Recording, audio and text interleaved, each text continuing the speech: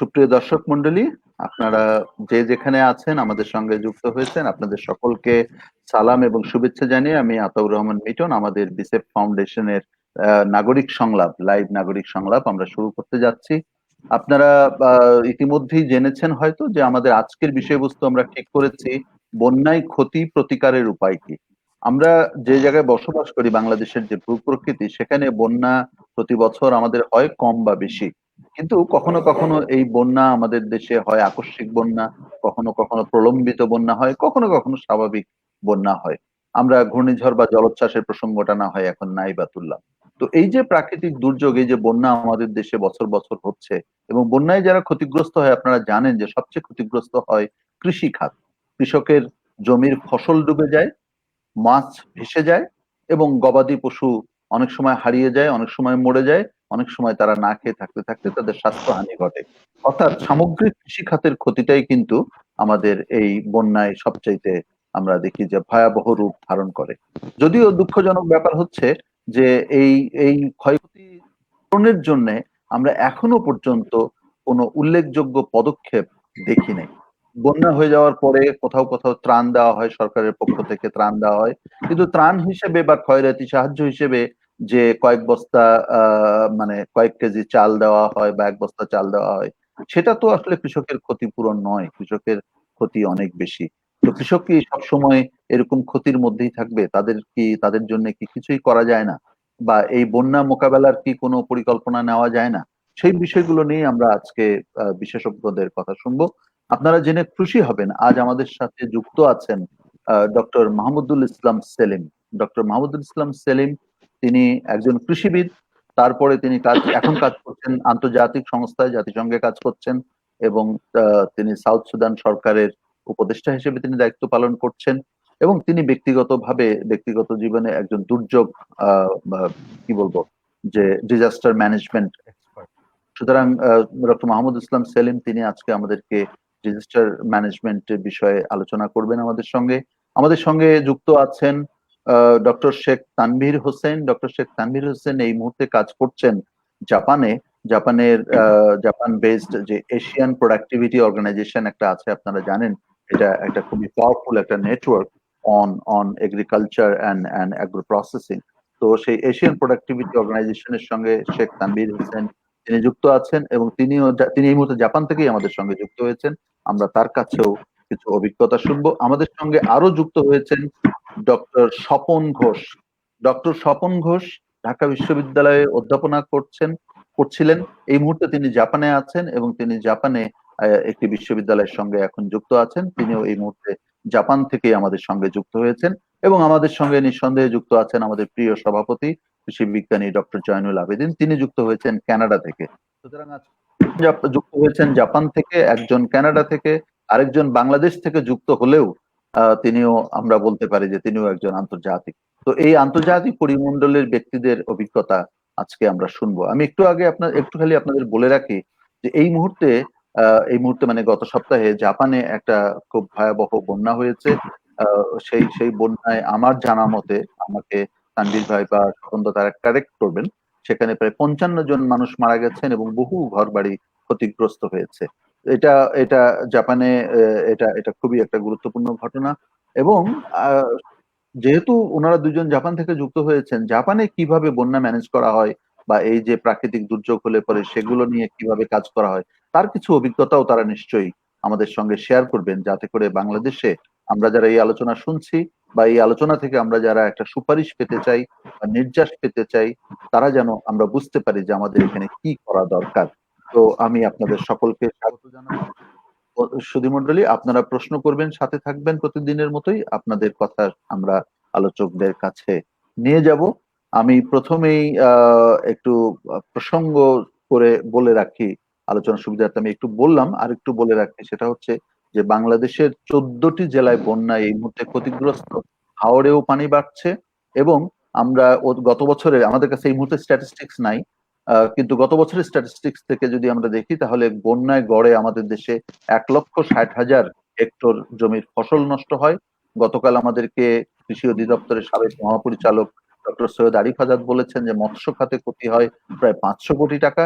প্রাণী সম্পদ মিলিয়ে এই ক্ষয়ক্ষতির পরিমাণ প্রায় কয়েক হাজার কোটি টাকা, যদিও এর প্রকৃত সংখ্যা বা হিসাবটা আমাদের কারো কাছেই নাই। এই যে ক্ষতি হচ্ছে প্রতি বছরের, প্রতিকার কোথায়, প্রতিকারটা কি? যাদের ক্ষতি হয় তারা কি পায়? রাষ্ট্রের কি তাদের জন্য কিছুই করার নেই? সেটি একটি ফান্ডামেন্টাল প্রশ্ন আমাদের জন্য। কিংবা টেকসই বন্যা নিয়ন্ত্রণ এবং কৃষি খাতের সুরক্ষার জন্য আমাদের কি বা করার আছে? এই কথাগুলো আমরা শুনবো। আমরা শুরুতেই আমাদের ডক্টর মাহমুদ ইসলাম সেলিমের কাছে যেতে চাই, যেহেতু তিনি অভিজ্ঞ মানুষ। তিনি আমাদেরকে একটি পটভূমি এবং প্রেক্ষাপট তুলে ধরতে পারবেন, সাজেশন দিতে পারবেন, এবং ডক্টর মাহমুদ ইসলাম সেলিমের আলোচনার পরে নিশ্চয়ই অন্য বক্তারাও তাদের মতামত দিতে পারবেন। ডক্টর মাহমুদ ইসলাম সেলিম। ধন্যবাদ আতাউর রহমান মিটন।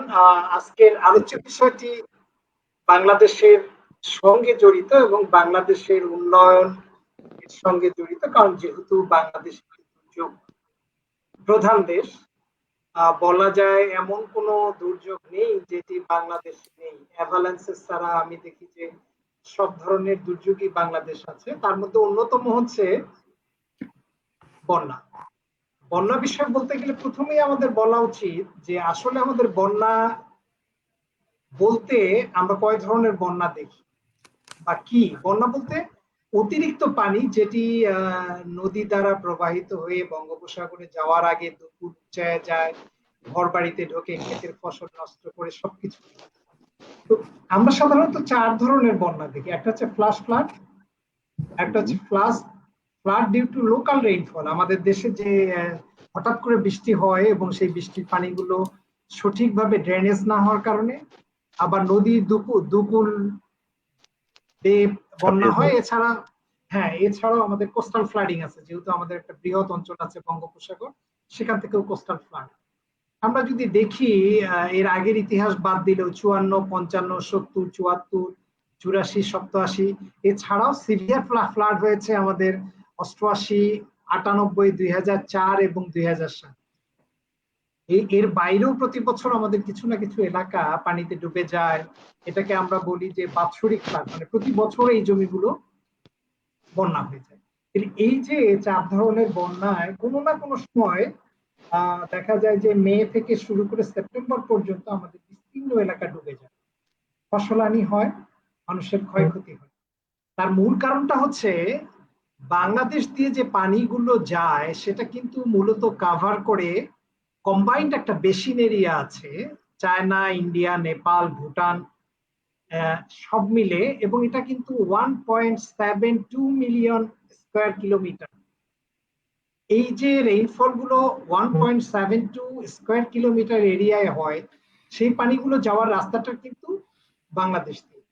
তো সঙ্গত কারণে আমাদের দেশে যে বন্যাটা হয় সেটির কিন্তু মূল কারণ শুধু যে আমাদের এলাকায় পানি তা নয়, এটার মূল কারণ অনেকগুলো পানি এশিয়া মহাদেশের অন্যান্য দেশগুলো থেকে আসে। বৃহত্তর ইন্ডিয়া, চায়না, নেপাল, ভুটান, এই চারটা দেশ থেকে পানি আমাদের উপর দিয়ে যায়। সুতরাং সেই পানি ধারণ করার ক্ষমতা তো আমাদের আছে কিনা, বা সেই পানি যখন প্রবাহিত হয়ে যায় বাংলাদেশ দিয়ে বঙ্গোপসাগরে, তখন আমরা বন্যাটা কি রকম। এক্ষেত্রে আমরা বলতে পারি যে আমাদের খুব ভালো বন্যা পূর্বাভাস কেন্দ্র আছে, আমরা সেটি দিয়ে ডিটারমাইন করতে পারি যে বন্যা হয়। সে কারণে এখন আমাদের দেশে বন্যার ক্ষয়ক্ষতিটা কম। কিন্তু এছাড়াও আরো কিছু কিছু কারণ যেটি আমি বলতে চাই, কারণ আমি জানি যে তানভীর ভাই আছেন এবং ডক্টর স্বপন আছেন, ওনারা বিস্তারিত আলোচনা করবেন। আমি একটু কারণগুলোর দিকে যাই। তার মধ্যে একটি হচ্ছে যে বাংলাদেশে আজ থেকে যদি আমরা 1000 বছর পূর্বে দেখি, তাহলে আমাদের নদী কতগুলো ছিল? 1400 থেকে 1500 নদী ছিল। তারপরে আর কয়েকশো বছর পরে যদি দেখি, তখন 700-800 নদী ছিল, কিন্তু এখন নদী আসে 400-র মতো। তার মধ্যে বর্ষাকালে আমরা দেখি 100-র মতো নদী আছে। আরো যদি আমি ডিটেইল আপনাদেরকে বলতে যাই, 1971 সালে যখন বাংলাদেশ ইমার্জ বা আমরা যখন স্বাধীন হয়েছি, তখন আমাদের টোটাল নদীপথের অবস্থান ছিল 24,140 কিলোমিটারের মতো, কিন্তু সেটা এখন আছে মাত্র 3,800 কিলোমিটার। আমি এই তথ্যটা এই জন্য দিলাম যে আমাদের যে পুরো প্রধান তিনটা নদীর পদ্ধতি আছে, একটা হচ্ছে বারাক, মেঘনা, ব্রহ্মপুত্র, যমুনা এবং গঙ্গা, পদ্মা, তিস্তারও একটা ফ্লো আছে এর সঙ্গে জড়িত। তাহলে এই যে 1000 বছর বা 11শো শতাব্দীতে যে আমাদের নদী ছিল 1400 থেকে 1500, তার মানে তাদের পানি ধারণ ক্ষমতা বেশি ছিল। আর এখন পানি ধারণ ক্ষমতাটা নেই, কিন্তু পানিটা তো কমেনি। আমরা জানি যে জলবায়ু পরিবর্তনের কারণে বৃষ্টিপাতের পরিমাণ কিন্তু কমেনি, হয়তো ইরাটিক, যে কোনো সময় বৃষ্টিপাত বেশি হচ্ছে, কোনো দিন বেশি হচ্ছে, কোনো সপ্তাহে বেশি হচ্ছে। যে কারণে আমাদের মূল কারণটা আমি দেখি যে আমরা সবসময় বলি যে এবছর ইতিহাসে সবচেয়ে বেশি বন্যা হয়েছে। তার কারণ হচ্ছে প্রতি বছর তো আমাদের সিল ডিপোজিট করতেছে, পানি প্রতি বছর সমান আসতেছে। 1.72 মিলিয়ন হেক্টর যে এরিয়ার কথা আমরা বলেছি, সেই পুরো এরিয়াটা কিন্তু ঠিকই আছে এবং সেই পানিগুলো আমাদের মধ্য দিয়ে যাচ্ছে। কিন্তু সেই যে 11শো শতাব্দীর নদীগুলো এখন আস্তে আস্তে কমতে কমতে, তার অর্থটা হচ্ছে যে পানি ধারণ ক্ষমতা কমে গেছে। পানি ধারণ ক্ষমতা যখন কমে গেছে তখন সেই পানিগুলো তো উপচে পড়তেছে, যেটাকেই যেটাকেই আমরা বলছি বন্যা হচ্ছে। তার মানে বন্যার একটা কারণ হচ্ছে যে আমাদের পানি ধারণ ক্ষমতা কমে গেছে। এর পাশাপাশি আরেকটি বিষয় আমাদের চিন্তা করতে হবে যে আমাদের যে টোটাল পানি আসে, ওয়াটার লোড বলি আমরা, সেটা পরে 1074 billion cubic metre upstream source থেকে এটা আসে। এর সঙ্গে আমাদের যদি যে আমাদের বৃষ্টিপাত 251 বিলিয়ন কিউবিক মিটারের মতো যোগ হয়, তো এই পানিগুলো আমরা কিভাবে নদীর মধ্যে ধরে রাখতে পারবো? আসলে কি আমরা পারি? আমাদের নদীকে এতগুলো পানি বহন করে বঙ্গোপসাগর পর্যন্ত নিতে পারে? এর মাঝামাঝি আমাদের আরো একটি প্রশ্ন আছে, যখন বন্যা ব্যবস্থাপনার কথা আসবে তখন সেই বিষয়গুলো আলাপ। তো আমি জাস্ট কারণগুলো বলতে চাচ্ছি আপনাদেরকে, যে আমাদের বন্যার মূল কারণগুলোর মধ্যে একটি, সেটি হচ্ছে আপস্ট্রিমের পানি আসে। আমাদের অনেক নদী ছিল, পানি ধারণ ক্ষমতা ছিল, সেগুলো কমে গেছে। নদীগুলোর পানি বহন করার ক্ষমতা কমে গেছে। এর পাশাপাশি ভাবে আরো কিছু কারণ আছে, তার মধ্যে যে ড্রাই বা শুষ্ক ঋতুতে যখন আমাদের প্রতিবেশী দেশসমূহের মধ্যে অনেকগুলো বাঁধ করেছে, তারা পানি রাখে না, তারা পানি রাখে এবং তারা শুষ্ক মৌসুমে ছাড়ে না, বর্ষার সময় ছেড়ে দেয়, কিন্তু আমাদের নদীর সেই ক্যাপাসিটি গুলো নেই। এর পাশাপাশি আছে যে আমাদের যে এখন পর্যন্ত যে পরিমাণ নদী আছে সেটাও প্রায় 3.8 বিলিয়ন টন প্রতি বছর সিল্ট ক্যারি করে। তো এই যে প্রতি বছর সিল ক্যারি করতেছে 3.8 বিলিয়ন টন, সবগুলো তো আর বঙ্গোপসাগরে যাচ্ছে না। তার মধ্যে 40 to 45 বিলিয়ন টন আমাদের যে রিসার্চ ডাটা যা আছে তা নদীর তলদেশগুলোতে আছে। আমি জাস্ট 4 দিন আগেই দেখলাম যে প্রতি বছর তিস্তা নদীতে যে হয় সেখানে বন্যা, এবং তিস্তা ব্যারেজ আমাদের একটি বড় বন্যা এবং খরা ব্যবস্থাপনা ব্যারেজ, যেখান থেকে পানি নিয়ে উত্তরাঞ্চলের একটি বৃহত্তর এলাকা, যেটা খরাপ্রবণ এলাকা ছিল, সেখানে কৃষি ফসল তৈরি করা। কিন্তু প্রতি বছর এটা কিন্তু হুমকির মুখে থাকে, কারণ যখন বর্ষা মৌসুমে পানি চলে আসে, এটা শুরু হয় জুন জুলাই, কোন কোন সময় আগস্টে, কোনো না কোনো সময় কিন্তু আমাদের ওই এই বাঁধটাকে রক্ষা করার জন্য ছোট ছোট যে কিছু এনভায়রনমেন্ট আছে সেগুলো কেটে দিয়ে কয়েকটা গ্রাম, কয়েকটা ইউনিট বা কয়েকটা উপজেলার মানুষকে বন্যার পানিতে ভাসিয়ে দিতে হবে, কারণ আমাদের ওই পরিমাণ পানি ধারণ ক্ষমতা নেই। তার মানে পানি ধারণ ক্ষমতার বিষয়টা গুলো এবং নদীর যে বেড বা নদীর যে তলা উঁচু হয়ে যাচ্ছে, এটা কিন্তু প্রত্যেকটা নদীতেই দেখবে যে এটা উঁচু হয়ে গেছে। এটি হচ্ছে বন্যার কারণ। এবং এই কারণে আমাদের যে 4 ধরনের বন্যা হয়, তার মধ্যে দুটি কারণ এখানে জড়িত। ফ্লাশ ফ্লাড, প্রতিবেশী দেশ থেকে পানি আসে, আর আমাদের রেইনফলের কারণে আরো কিছু কারণ আছে, যে আমাদের অনেক উন্নয়ন কাজ হয়েছে, আমাদের ছোট ছোট ব্রিজ হয়েছে, কালভার্ট হয়েছে, যেগুলো সত্যি সত্যি পানি ড্রেনেজ করতে পারে কিনা, বা পানি ড্রেনেজে নদী বা খাল বা ক্যানেল গুলোর সঙ্গে যে লিঙ্কেজ গুলো এটা মেনটেন করতে পারছে কিনা। তার মানে আমাদের আমরা বলি যে দুর্যোগ সহনশীল উন্নয়ন, সেটা করতে পেরেছি গত 49 বছরে যে আমাদের উন্নয়ন, এই বিষয়গুলো নিয়ে কিন্তু আমরা কাজ করেছি। আমাকে যদি আরেকটু সময় দেওয়া যায়, আমি আরেকটু বলি যে এখানে বন্যা ব্যবস্থাপনার কথা, আমি কখনোই বলবো না যে আমরা পানি নিয়ন্ত্রণ করতে পারবো। আমরা বন্যা নিয়ন্ত্রণ করতে পারবো না, পানি ব্যবস্থাপনা করে আমরা পানির সময়টা বাড়াতে পারি। আমাদের যে পানি আছে, আমাদের সেই সময়টাকে আমরা যদি অনেকটুকু বাড়িয়ে দিতে পারি, যেমন আমাদের বৃষ্টি থাকে জুলাই আগস্ট, কখনো কখনো সেপ্টেম্বর, কিন্তু আমাদের এই পানিটা যদি ধরে রাখার ক্ষমতা আমরা বাড়াতে পারি, তাহলে ইভেন 15, 20, 25 বা 30 দিনও যদি বাড়ানো যায়, তাহলে আমাদের শুষ্ক মৌসুমে কিন্তু আন্ডারগ্রাউন্ড যে ওয়াটারটা আমরা সেচে ব্যবহার করি সেটা অনেক কমানো যায়। এই জায়গাটায় আমাদের গবেষণা শুরু হলেও খুব কম গবেষণা হয়েছে। আমি যতটুকু জানি যে কিভাবে আমরা এই বর্ষার সময়ের পানিটা বেশি ধারণ করতে পারি এবং সেটি যদি 25, 30, 35 বা 40 দিন পর্যন্ত ব্যবহার করতে পারি, 5 দিন বা 1 সপ্তাহ করে যদি বাড়ানো যায়, সেক্ষেত্রে কিন্তু ইরিগেশন খরচটা কমে যাবে এবং আন্ডারগ্রাউন্ড ওয়াটার যে আমরা করি সবসময় কৃষিকাজে ব্যবহার করি সেটা কমে যাবে। তাহলে এটি ব্যবস্থাপনার একটা দিক হতে পারে যে আমাদের শুষ্ক মৌসুমে পানি ব্যবস্থাপনার জন্য বর্ষা মৌসুমে পানি ধারণ ক্ষমতা, রিভার বেড গুলো বা নদীগুলোর ধারণ ক্ষমতা। এবং আমার বাড়ি একেবারে বন্যাপ্রবণ এলাকা, আমি ব্রুঙ্গামারি থেকে যখন কুড়িগ্রামে আসি, আমার মনে আছে আমি পাটেশ্বরী থেকে কুড়িগ্রাম রিভার ভিউ স্কুল পর্যন্ত আমি নদীতে আসতাম, মানে নৌকা আসতাম। কিন্তু এখন কিন্তু সেখানে ছোট ছোট দুটো ব্রিজ হয়েছে এবং সমস্ত এলাকার বাড়িঘর হয়েছে। তাহলে কি দেখা যাচ্ছে যে আমাদের পানি ধারণ ক্ষমতা প্রত্যেকটি এলাকায় আমরা কমিয়ে ফেলেছি এবং এই পানি ধারণ ক্ষমতা কমানোর জন্য আমাদের ওই পানিগুলো তো কোথাও না কোথাও যাচ্ছে। তার মানে বর্ষার সময় সেই পানিগুলো উপচে মানুষের ঘর বাড়িতে যাচ্ছে, মানুষের ক্ষেতের ফসল নষ্ট করতেছে, যেখানে সেখানে আমরা বাদ দিয়ে পুকুর করেছি বা ছোট ছোট ঘের করেছি বা সেগুলো ভেঙে যাচ্ছে এবং ফসল নষ্ট।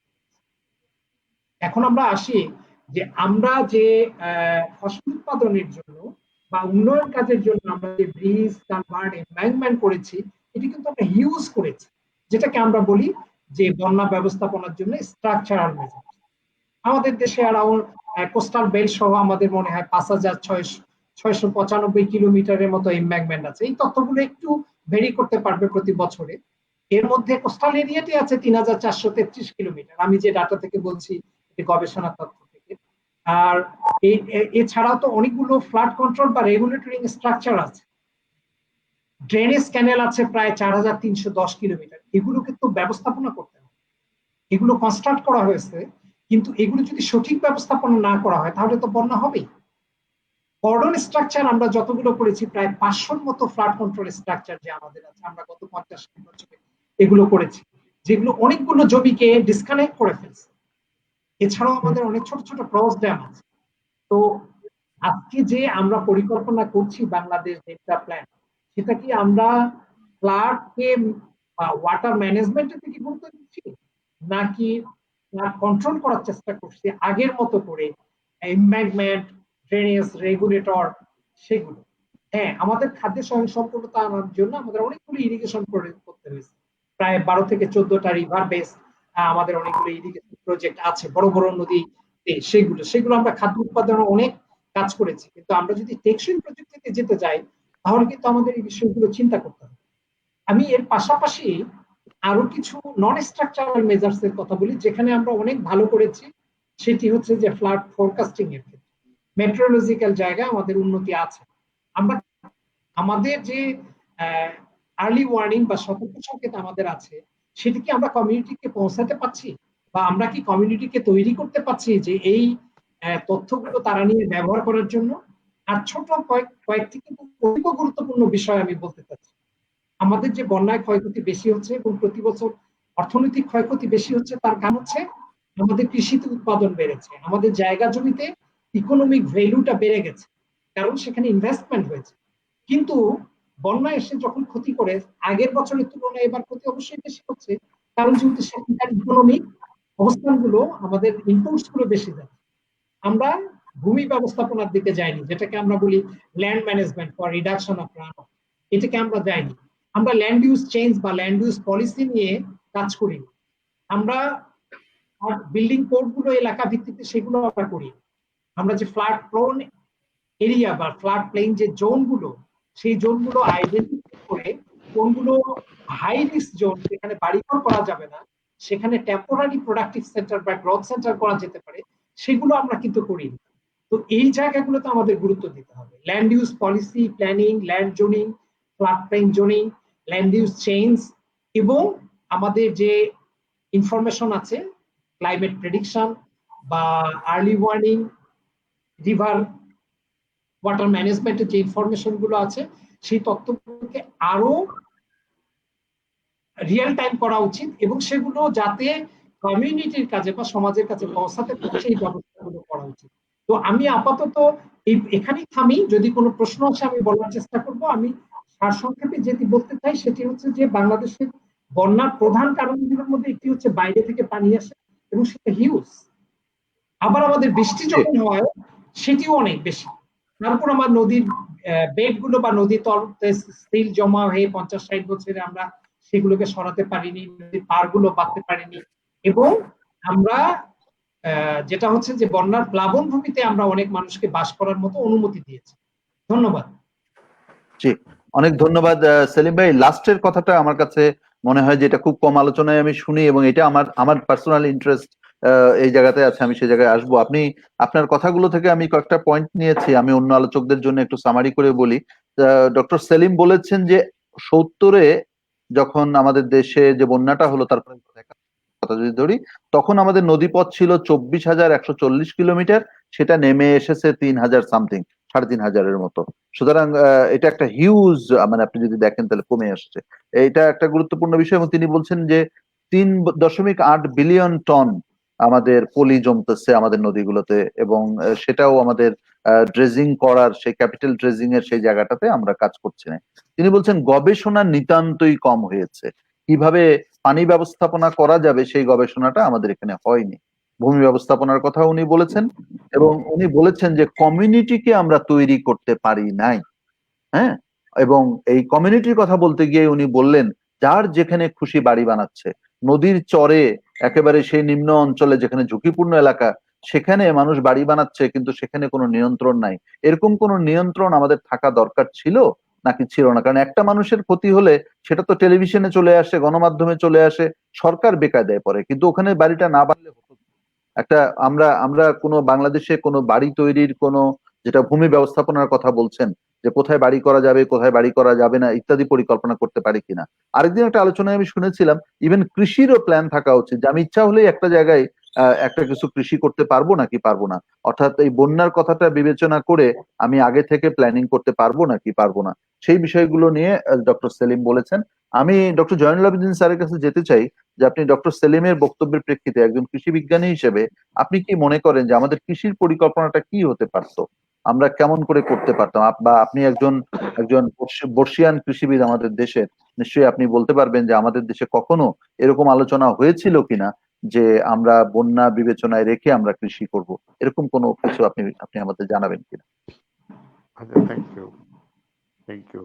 আমি আগে সেলিমের কথাগুলোর পরিপ্রেক্ষিতে কিছু একটু বলে নেব আগে, যে আমাদের এত হাজার নদীর থেকে এখন জি, কয়শো নদী সাড়ে এখন প্রায় আছে? না, 24,000 কিলোমিটার ছিল পথ, সেখান থেকে 3,500 কিলোমিটার ছিল, 3,500 কিলোমিটার চলে আসছে। ওই শব্দগুলো উচ্চারণ নদীর মধ্যে বাড়ি বানানোর কথা বলেছে, কিন্তু নদী যে জবরদখল করতেছে সেগুলো কথাটা কিন্তু বলতে মানে বলে নাই, অথবা ইচ্ছা করেই হয়তো বলে না, বা কি হয়েছে যে কমিউনিটিকে তৈরি করি নাই।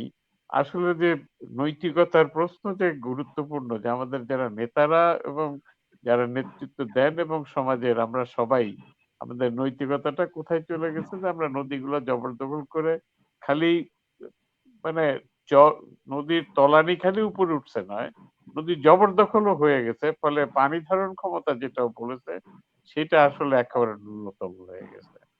আজকে যে মানে দক্ষিণাঞ্চলে যে লবণাক্ততা বাড়ে শীতকালে, ওইটাও কিন্তু সেই একই সূত্র ধরেই কিন্তু, যে কারণ আগে যে নদীর মধ্যে যে পানি চলতো, যেটা পুশ করে রাখতো লবণাক্ততা, সেটা আর এখন সেই ক্ষমতা নাই। শুকনার দিনে নদী শুকায়, কিছু খাল না, ওটা চর পড়ে যায়, ফলে ওই পানি নেই, ফলে আর লবণাক্ততাকে পুশ করে রাখতে পারে না। ফলে বর্ষাকালে বর্ষা, শীতকালে লবণাক্ততা, সবকিছু একই সূত্রের মধ্যে থেকে হচ্ছে।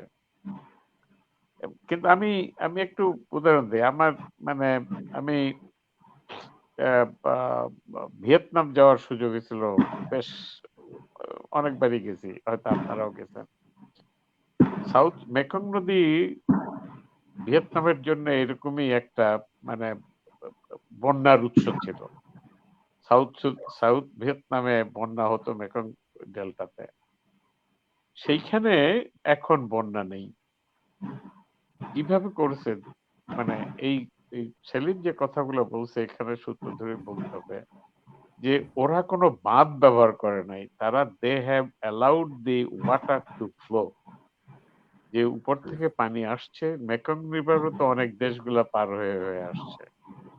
তো সেই তারপরেও ওইটা সমুদ্রে ইয়ে করার আগে সাইফুল আজম খানের ভাষায় যে ড্রেনেজ ওটা সিস্টেম হয়ে গেছে, ওইটা খারাপ অর্থে নয়, ওটা ন্যাচারাল একটা জিনিস হয়ে গেছে, ওটাকে কেউ জোর করে চাপায় দেয় নাই, কিন্তু ওটা হবেই। কিন্তু সেইটাকে তারা ম্যানেজ করেছে যে বাঁধ না দিয়ে স্বাভাবিক যে বন্যার পানির স্রোতটাকে সেটাকে প্রতিহত না করে দে হ্যাভ রেদার ফ্যাসিলিটেটেড, আরো সেটাকে ত্বরান্বিত করেছে কি করে পানি সমুদ্রে চলে যায়, যে কারণে এখন বন্যা নেই। আর সেটাকে ঘিরেই সেচ ব্যবস্থাপনা ইত্যাদি হয়েছে এবং সেটাকে ঘিরেই কৃষি ব্যবস্থাপনা গড়ে উঠেছে। রাইট। এইটা এবং এখন যেখানে ভিয়েতনাম এখন ফল উৎপাদন বা ধান উৎপাদন বলেন যাই বলেন না কেন সবকিছুতেই এখন বিশ্বের মধ্যে উল্লেখযোগ্য এখন স্থান দখল করে নিয়েছে, কিন্তু আমরা পারি নাই। আমরা উল্টাটা করেছি। আমরা ফ্লাড অ্যাকশন প্ল্যান বানাইছি, আমরা এখন ডেল্টা প্ল্যান বানাইতেছি, সবকিছুর প্রতি কোটি কোটি টাকা হবে, হাজার হাজার কোটি কোটি টাকা খরচ হবে, কিন্তু রেজাল্ট কি হবে? সবটাই আমাদের চিন্তাধারাটা অন্য জায়গায়। কিন্তু আবার একটাও জিনিস যে ওইখানে ভিয়েতনামে তারা মানুষকে দিয়ে যন্ত্র এবং মানুষ সবাই মিলে নদীগুলোকে খনন করে তারা ইয়ে করেছে। কিন্তু বাংলাদেশে সেটা কোথায়? বরঞ্চ ড্রেজিং এইটা একটা সলিউশন না আমি মনে করি। কারণ যতক্ষণ পর্যন্ত পলি উপর থেকে আসবেই ততক্ষণ পর্যন্ত ড্রেজিং একদিক দিয়ে করবেন আর একদিক দিয়ে ভরবে, ওটাও একটা এগ্রিমেন্ট। কিন্তু ন্যাচারালি স্কাওয়ারিং যেটা আগের ছিল, যখন আমাদের এই সমস্ত কন্ট্রোল স্ট্রাকচার ছিল না, তখন বন্যার তোড়ে স্রোতের তোড়েই আপনার নদীর তলদেশ আপনার স্কাওয়ারিং হয়ে সেটা ড্রেজিং হয়ে যেত। কিন্তু এখন তো সেই শুধু বাংলাদেশে নয়, এটা উপরের দিকে যে বাঁধটা ধরছে সবকিছুই রেসপন্সিবল তার জন্য, যে এই যে ন্যাচারাল স্কাওয়ারিংটা সেটা কমে গেছে। শুধু বর্ষার সময় যখন আসে হঠাৎ করে অতিরিক্ত পানি চলে আসে তখন কিছুটা স্কাওয়ারিং হলেও কিন্তু আসলে পানির ধারণ ক্ষমতা না থাকার কারণেই উপচে পড়ে স্কাওয়ারিং এর চাইতে পলিও পড়তেছে, প্লাস আমাদের বন্যার সৃষ্টি করতেছে। এইটা যাই হোক, আমি মনেই করি যে আমাদের যারা ডেল্টা প্ল্যান বানাচ্ছেন এখন তাদের চিন্তা করা উচিত কি করে নদীগুলোকে প্রবাহমান করা যায়, সেগুলার আপনার তার নিজস্ব গতি ফেরত নিয়ে আসা যায়, সেটা তারা চিন্তা করবেন, যাতে করে আমরা নদীর সঙ্গে বেঁচে থাকতে পারি। নদী নালার সঙ্গে, বন্যার সঙ্গে বেঁচে থাকতে চাই না, নদী নালার সঙ্গে বেঁচে থাকতে চাই। পানি আমাদের জন্য তো ক্ষতির কোনো কিছু দেখি না আমি, পানির সঙ্গে আমরা বেঁচে থাকতেই পারি, সেটাই আমাদের করা উচিত। আচ্ছা, এখন তোমার মূল প্রশ্ন আসে মিতন, যে কৃষি ব্যবস্থাপনা বন্যার সঙ্গে আমরা, আমি আসলে আমার মনে আছে 1987-88 সালে যখন বন্যা হয়েছিল, তখন তো সারা দেশ প্রায় 2/3 অফ দি কান্ট্রি, না তাই না সেলিম? জি জি জি তুমি জি 88 সালে সেলিম তখন 87-88 2 বছরই বন্যা দুই হয়েছে। বছরে দুই বছরের বন্যা হয়েছে, জি স্যার। 88-তে সবচেয়ে বড় বন্যাটা হয়ে গেছে। সেই সময় তারপরে বিভিন্ন দাতা গোষ্ঠী আসলো বাংলাদেশকে সাহায্য করার জন্য। তো ফ্রান্স বুঝি তার নেতৃত্ব দিল। তখন তারা এবং ওয়ার্ল্ড ব্যাংক ফ্রান্স মিলে তারা এই সমস্ত বন্যা নিয়ন্ত্রণ ইত্যাদি বাদ তাদের কথাটা বলা শুরু। তখন আমাদের রংপুরেরই সওয়াল ডক্টর মতলুবুর রহমান বললেন ওয়ার্ল্ড ব্যাংকের এইটার, ওই যে ওয়ার্ল্ড ব্যাংকরা তারা বললো সেইটার বিরোধিতা করলেন। উনি তখন কৃষি গবেষণা কাউন্সিলের চেয়ারম্যান। উনি বললেন এই যে নিয়ন্ত্রণটা, এই নিয়ন্ত্রণ ব্যবস্থাপনাটা বাংলাদেশের কৃষির জন্য আসলে সুখবর নয় এবং বাংলাদেশের অর্থনীতির জন্য সুখবর নয়। রেদার আমাদের চিন্তা করা উচিত আমরা কি করে আমাদের কৃষি ব্যবস্থাপনাটাকে এই আহ, আহ, উনি শব্দটা ব্যবহার করেছিলেন living with floods, living with water, এই এই জিনিসটা যে আমরা কি করে পানির সাথে বেঁচে থাকতে পারি।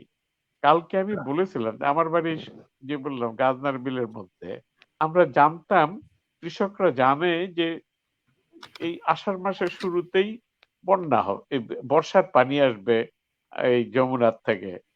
তো সেই যমুনার পানির জন্য ফলে কৃষি ব্যবস্থাপনাটা সেটাকে ঘিরেই, এবং যখন কার্তিক মাসে পানি চলে গেলে কাদার মধ্যে রাই সরিষা, মটর কলাই, অথবা যেখানে বোনা আমন ধান হতো সেখানে খেসারি কলাই রাই বুনে দিয়ে আসলো।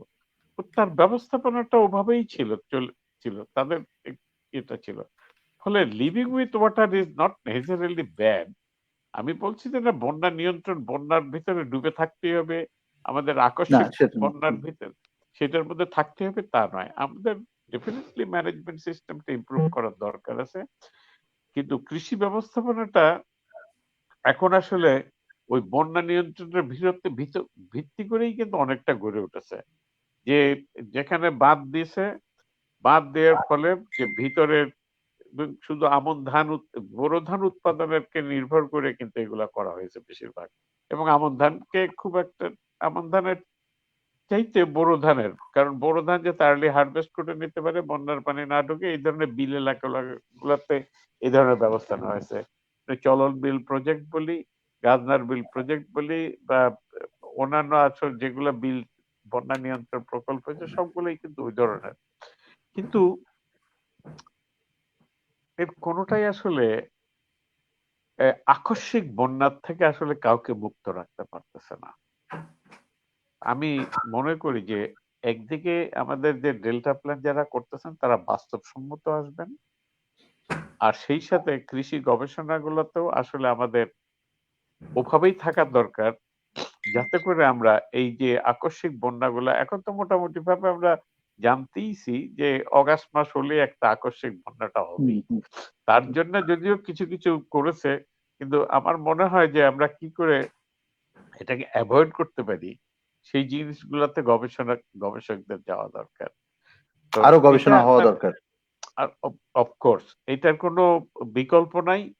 মানে গবেষণাটা, আমি গবেষক দেখে আমাকে কেউ মনে করবেন না আপনি বায়াস, তা নয়। আপনি যে আপনার প্রযুক্তি হলো উন্নয়নের চাবিকাঠি, প্রযুক্তি। তো সেই জ্ঞানকে প্রযুক্তিতে কনভার্সন হতে হবে, জ্ঞান ম্যানেজমেন্টে কনভার্সন করতে হবে। এই জ্ঞান আর প্রযুক্তি সেটা কৃষির মতো ক্ষেত্রে লোকালি স্পেসিফিক হওয়ার দরকার। এইটা জাপানেরটা থেকে ওই প্র্যাকটিস গুলাকে আমরা প্রিন্সিপালে রূপান্তর করে হয়তো বাংলাদেশে প্র্যাকটিসে রূপান্তর করতে পারি, কিন্তু এক্স্যাক্টলি ওইটা বাংলাদেশে খাটবে না, কারণ পরিবেশ পরিস্থিতি আলাদা। কৃষির মতো লোকেশন স্পেসিফিক জিনিসটার গবেষণা বাংলাদেশেই হওয়া উচিত, যাতে করে এই প্রযুক্তিগুলা ব্যবহার করে বাংলাদেশের মানুষ এটাকে ইয়ে করতে পারে। এটা আমার মনে হয় যে মানে এই জন্যই গবেষণাটা দরকার, যাতে করে আমরা লোকেশন স্পেসিফিক নলেজ এবং টেকনোলজি উদ্ভাবন করতে পারি। আমাদের তানভীর জানি কালকে আইবি বস্তার কৃষির কথা বলেছে। তানভীর বহু আগে আমাকে সিলেটে দেখাইছিল বস্তার কৃষি। তো এই জিনিসগুলো হয়তো কিছুটা ঠিক আছে, ইয়ে করতে পারে, কিন্তু আমাদের আসলে ভালো করে গবেষণা হওয়া দরকার যে জুন এখন তো জুন মাসেও বন্যা হচ্ছে, জুলাই মাসে বন্যা হচ্ছে, জুন জুলাই অগাস্ট এই 3 মাস যদি বন্যা হলে পরে কৃষকরা আগের থেকে কি প্রস্তুতি নেবে, নাকি সেগুলো অ্যাভয়েড করবে, এই 3 মাস আর কিছু ফসল করবে না, নাকি অন্য কোনো পদ্ধতিতে ফসল উৎপাদনের যাবে, এই জিনিসগুলো আসলে ভালো করে গবেষণা হওয়া দরকার। তো আমি গবেষক মানুষ, আমি সেলিমের মতো অত মানে ডিজাস্টার ম্যানেজমেন্ট জানি না, কিন্তু মানে I would love to benefit from his wisdom, তার জ্ঞান থেকে এবং অন্যান্য যারা আছে তাদের জ্ঞান থেকে আমি শুনতে চাই। আমি বেশি কথা বলার মানুষ, বুড়া হয়ে গেছি তো বেশি কথা বলি, অনেকক্ষণ ধরে কথা বলি। অনেক ধন্যবাদ sir, Thank you so much. আপনি সুন্দর কথা বলেছেন। বিশেষ করে আপনার এই কথাটা আমার মনে লেগেছে, এটা একটা শিরোনামও হতে পারে আমাদের, যে বন্যার সাথে নয় নদীর সাথে বাঁচতে চাই। এই কথাটার কিন্তু গভীর তাৎপর্য রয়েছে। আমরা নদীর সাথে বাঁচতে চাই। নদীকে যদি মেরে ফেলা হয়, নদী যদি মরে যায়, নদী যদি হারিয়ে যায়, আমাদের আমাদের কৃষিভিত্তিক বাংলাদেশ শেষ হয়ে যাবে। এবং সেলিম সাহেবও যেটা বলেছেন যে আমাদের ওয়াটার ম্যানেজমেন্টটা, আমাদের কৃষির যে একটা বড় জিনিস তো পানি, আমাদের পানি ছাড়া আমরা কৃষি করব কিভাবে? সুতরাং সেই পানি পাওয়ার জন্য আমরা গ্রাউন্ড ওয়াটারের উপরে নির্ভর না করে আমরা যদি এইতে আমাদের নদী বা খাল বিলের পানিগুলো যদি আমরা ব্যবহার করি, সেটা ওই আমাদের জন্য অনেক সুখবর বয়ে এটা আনতে শুধু পারে। যাই হোক, কৃষির জন্য নয় মিটন, এটা শুধু পুরা কৃষির জীবন জন্য ব্যবস্থা। নয়, জি স্যার। অর্থনীতির জন্য, কমিউনিকেশন, ট্রান্সপোর্টেশন, ফিশারিজ সবকিছুর জন্যই আসলে গুরুত্বপূর্ণ। Right sir. জি, থ্যাংক ইউ স্যার। তো আমাদের সঙ্গে ডক্টর স্বপন ঘোষ আছেন, জাপান থেকে যুক্ত হয়েছেন। আমি তানভীর ভাইয়ের কাছে পরে আসব। স্বপন ঘোষ ব্যক্তিজীবন পদার্থবিদ। তো বিজ্ঞানের ছাত্র হিসেবে এবং জাপানে থাকার সুবাদে নিঃসন্দেহে তিনি বাংলাদেশের মানুষ, বাংলাদেশের ভূপ্রকৃতি সম্পর্ক সাথেই তিনি বড় হয়েছেন, যশোরে তার বাড়ি। তো ডক্টর স্বপন ঘোষ, আপনি কিভাবে দেখছেন, আপনি কি সুপারিশ করতে চান, কি করার ছিল আমাদের, বা সামনে কি করতে পারি? ওয়েল, আপনারা কি আমাকে শুনতে পাচ্ছেন? খুবই ক্লিয়ার। ওকে, ফাইন। আমি কৃষি সম্পর্কে পড়াশোনা নাই আমার, বা আমি তার সাথে গবেষণা বা অন্য ধরনের কাজেও কখনো যুক্ত হয়নি।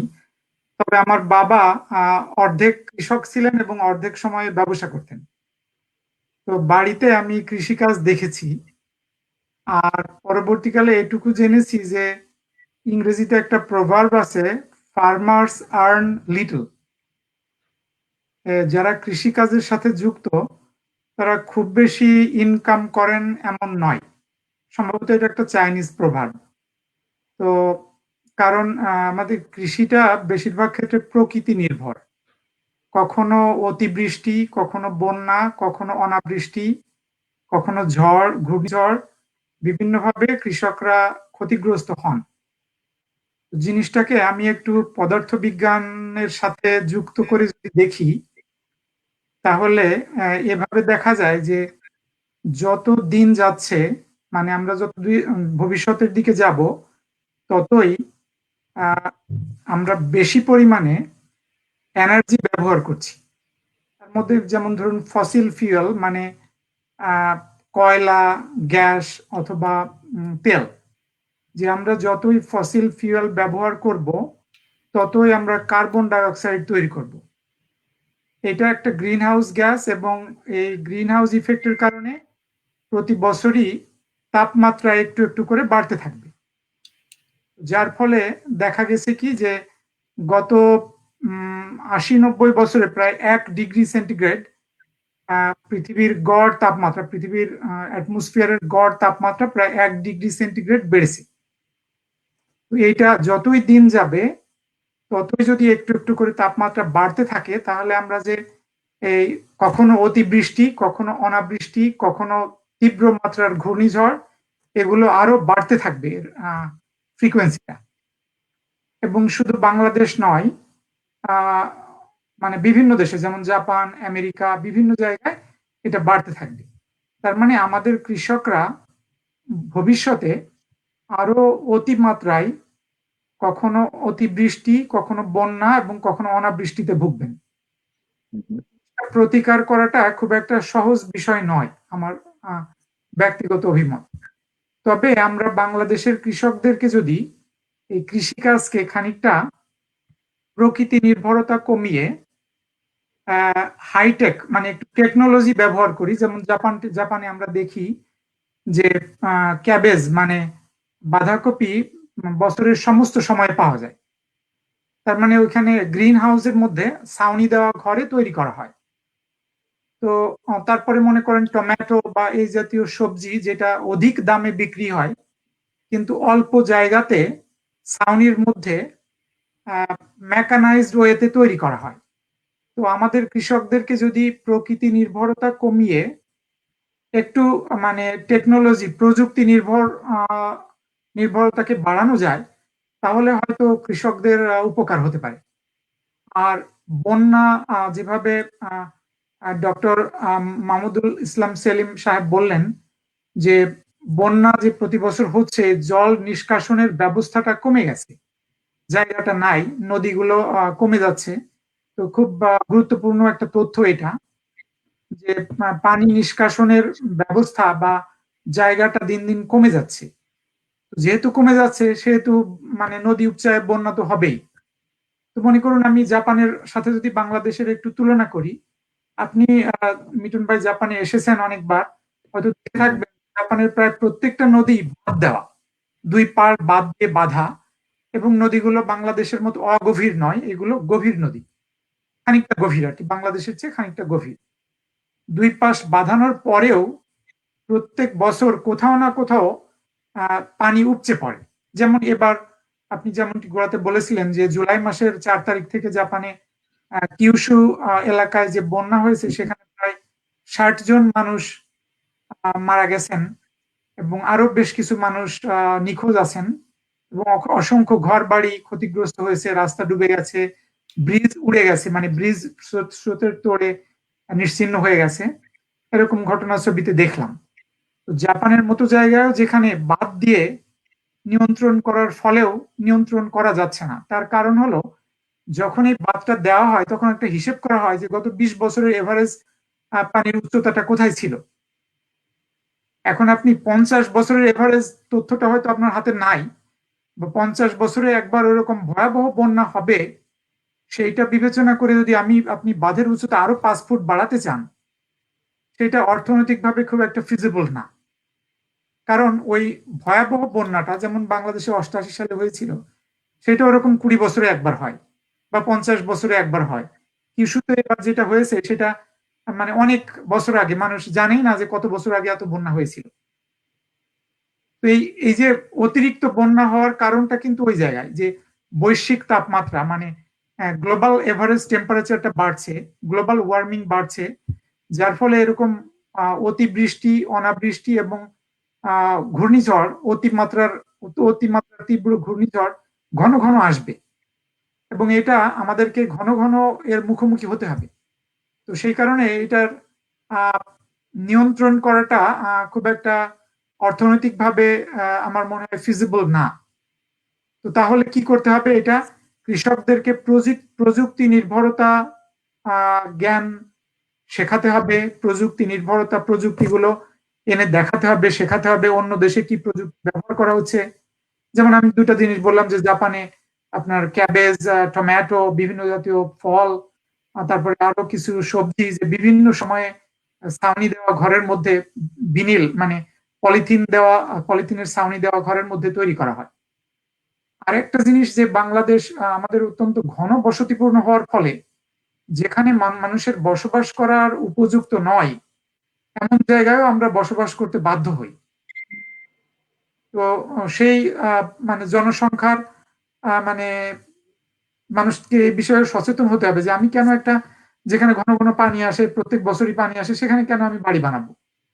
তো সরকারের দিকে হয়তো যে কোথাও বাড়ি বানানো যাবে আর কোথায় বাড়ি বানানো যাবে না, এই বিষয়টা নিয়ন্ত্রণ করা অত্যন্ত জরুরি হয়ে পড়েছে এখন। আর এই যে যত্রতত্র আপনার যে পানি নিষ্কাশন হতে পারে এমন যে জায়গা, খাল বিল নদী নালা যত্রতত্র মানুষ ভরাট করে অর্থনৈতিক সুবিধা নেওয়ার জন্য কি ভরাট করে আপনার একটা মানে অর্থনৈতিক প্রকল্প অথবা ওই যে রিয়েল এস্টেট এজেন্টরা তৈরি করে, এগুলো যেন যত্রতত্র না হয়, পানি নিষ্কাশনের ব্যবস্থার প্রতিবন্ধক না হয়, এই বিষয়গুলো সরকারের সচেতন হতে হবে। তারপরে যেখানে নদী আছে কিন্তু আশেপাশের মানুষ নদীগুলো দখল করে নিচ্ছে, নদীর গতিপথকে ছোট করে দিচ্ছে, প্রতিবন্ধকতা তৈরি করছে, কোথাও কোথাও তো দেখি যে নদীর মধ্যে প্রভাবশালী লোকে বাড়ি তৈরি করেছে।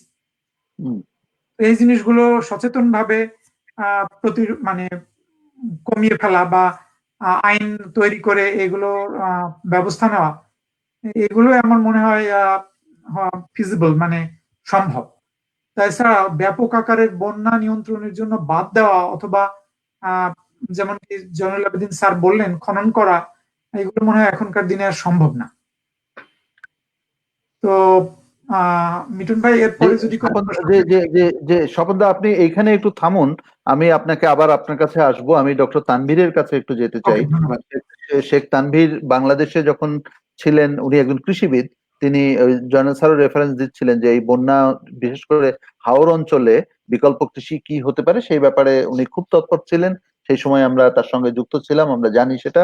তিনি আজকে হয়তো সেগুলো কিছু উল্লেখ করতে পারেন, কিন্তু যেটা গুরুত্বপূর্ণ তারও বললেন যে বন্যার সাথে নয় নদীর সাথে বাঁচতে চাই, এবং প্রযুক্তি আপনি বললেন আসছে প্রযুক্তি নির্ভর কৃষিতে আমাদের মনোযোগ দিতে হবে। এই যে প্রযুক্তি নির্ভর কৃষি, এটার একটু ব্যাখ্যা হওয়া দরকার। যেমন ধরেন আপনি যে গ্রিন হাউসের কথা বললেন, ভিনেল বোর্ডের দিয়ে ঘর বানানো, এখন পানির মধ্যে তো আর আমি ভিনেল বোর্ড দিয়ে ঘর বানাতে পারবো না। তাহলে আমি কি করতে পারি? কারণ একটা অংশ যখন আমার তলায় যাচ্ছে সেখানে আমি কি করতে পারি, সেই সবটা মিলিয়ে এবং জাপানের পার্সপেক্টিভ থেকে। এবং আরেকটা জায়গায় যেহেতু তানভীর ভাই কাজ করেন এশিয়ান প্রোডাক্টিভিটি অর্গানাইজেশনে এবং পুরো এশিয়াতে অনেক জায়গাতেই কাজ হচ্ছে, আপনি কি ধরনের সম্ভাবনা দেখতে পাচ্ছেন সবটা মিলিয়ে যদি তানভীর ভাই একটু আলোচনা করেন। ডক্টর শেখ তানভীর হোসেন। ধন্যবাদ মিঠুন ভাই। মিঠুন ভাই, আপনি শুনতে পাচ্ছেন? জি জি, শুনতে পাচ্ছি।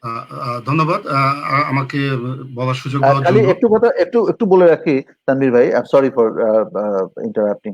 আমি পরে সেলিম ভাইয়ের কাছে আসবো। সেলিম ভাই অনেকগুলো টেকনিক্যাল কোশ্চেন এসছে, আপনি হয়তো কমেন্টসে দেখতে পাচ্ছেন। আমার ধারণা এই প্রশ্নগুলোর আপনাকে উত্তর দিতে হবে, কারণ এগুলো ম্যানেজমেন্ট সংক্রান্ত। সুতরাং আপনি যদি একটু ওদিকে দেখেন এবং চিন্তা করেন উত্তর দিতে, আমরা তানভীর ভাইয়ের পর তানভীর ভাই। জি মিঠুন ভাই, ধন্যবাদ। না, আমি খুব একটা বেশি সময় দিব না, বোধহয় আপনার হাতে সময় খুব একটা বেশি নাই। না বলেন বলেন। জি, আমি যেটা আসলে বলতে চাচ্ছিলাম যে সেলিম ভাই আসলে খুব সুন্দরভাবে এবং স্বপন ভাইও বলেছেন দুইটা পার্সপেক্টিভে। সেটা হচ্ছে যে ফ্লাড ম্যানেজমেন্টের পার্সপেক্টিভে যেটা সেলিম ভাই বলেছেন সেটা খুবই ইম্পর্টেন্ট বিষয়। এবং আসলে আমি এই ব্যাপারে আমার ব্যাকগ্রাউন্ডও না, তবে অ্যাজ এ এগ্রিকালচারিস্ট বা আমার যেই অভিজ্ঞতাটা ছিল, সিলেটে আমি দীর্ঘদিন কাজ করেছিলাম, সিলেট, হবিগঞ্জ, মৌলভীবাজার এবং ওই অঞ্চলে হাওড় এলাকায়। এটা অবশ্যই আমাদের দেশের জন্য আজকের না, দীর্ঘদিন ধরে হয়ে আসতেছে এই সমস্যাটা। এবং ওই এলাকার মানুষজন আসলে জানেন যে কিভাবে এটাকে অ্যাডপ্ট করতে হবে এবং কিভাবে এটার সাথে চলতে হবে। সেই সময় আমরা কিছু প্রযুক্তি উদ্ভাবন করেছিলাম, যেটা বস্তায় সবজি চাষ, এবং এটা এখনো ওই অঞ্চলে যথেষ্ট জনপ্রিয়। এবং সেটা শুধু বাংলাদেশ না, আসলে পৃথিবীর বিভিন্ন দেশেও এটা জনপ্রিয়তা পেয়েছে। আরবান এগ্রিকালচারও এটা জনপ্রিয়তা পেয়েছে এবং সেটার জন্য আমি কিছু অ্যাওয়ার্ডও পেয়েছিলাম আইফোন থেকে। তো আমি আসলে যেই জায়গাটা বেশি জোর দিতে চাচ্ছি জাপান থেকে, যে যেটা জয়নুল আবেদিন স্যার বললেন যে জাপানের থেকে আমরা কিন্তু একদম লোকেশন স্পেসিফিক একেবারে যে একটা টেকনোলজি আমি যে শুধুমাত্র নিতে পারবো তা না, এটা ডেফিনেটলি এটা লোকেশন স্পেসিফিক হবে এবং সেই জিনিসটা আমাদেরকে খেয়াল রাখতে হবে। যে জিনিসটা সবচেয়ে বেশি ইম্পর্টেন্ট, আপনার যে ভূমিকাতে আপনি যে কথাটা বলছিলেন, যে এই যে বিপুল সংখ্যক পরিমাণ জমি, প্রাণী সম্পদ, মৎস্য খাত যেগুলো আমাদের হলো নষ্ট হয়ে যাচ্ছে, সেক্ষেত্রে আসলে করণীয়টা কি? আমি এই জায়গাটা একটু আলোকপাত করতে চাই যে আসলে এই জায়গায় আমাদের শিক্ষণীয়টা কি, আমরা কি করতে পারি। আসলে গভর্নমেন্ট তো আসলে চেষ্টা করেই, গভর্নমেন্টে তো বিভিন্ন পোস্ট ফ্লাড রিহ্যাবিলিটেশন প্রোগ্রাম তো অনেক দিন ধরে করছে। যে গভর্নমেন্ট চেষ্টা করে তাকে হচ্ছে কিছু ইনসেন্টিভ দেওয়ার জন্য, কিছু বাড়িঘর মেরামতের জন্য বিভিন্ন রকম ইনসেন্টিভ গভর্নমেন্ট কিন্তু দেয়। কিন্তু সবচেয়ে যে জিনিসটা আমার কাছে সবচেয়ে এখন ইদানিং আমি যে জিনিসটা খুব আমাকে পীড়া দেয়, বা আমি ইদানিং এটা নিয়ে একটু কাজও করছি, সেটা হচ্ছে যে এই কোভিড এর সময় প্লাস এই বন্যার সময়, যেটা আপনি যে কোনো কারণে যে কোনো ডিজাস্টার হোক না কেন, আলটিমেটলি সাফারার কিন্তু কৃষক। এবং কৃষকের যে রেসপন্সিবিলিটি আমরা সবাই দিয়ে দিচ্ছি কৃষককে, যে সে উৎপাদন করবে এবং সে যদি ফেল করে তাকে সেটা দায়িত্ব নিতে হবে। এবং যদি দেশের খাদ্য নিরাপত্তার কোনো সমস্যা হয়, সরকার চেষ্টা করবে বেশি দামে বিদেশ থেকে খাবারটা আনার জন্য, কারণ যেহেতু আমার জনগণকে খাবারটা দিতে হবে। আমি যে জিনিসটা ইদানিং আমি একটু কাজ করছি, সেটা হচ্ছে এগ্রিকালচার ইন্স্যুরেন্সের উপরে। এবং আমার মনে হয় এই জিনিসটা আমার মনে হয় আপনারা যারা সরাসরি সরকারের নীতি নির্ধারণের সাথে বিভিন্ন জায়গায় আপনারা কাজ করেন, এই জায়গাটা আমার মনে হয় আপনারা একটু কাজ করতে পারেন।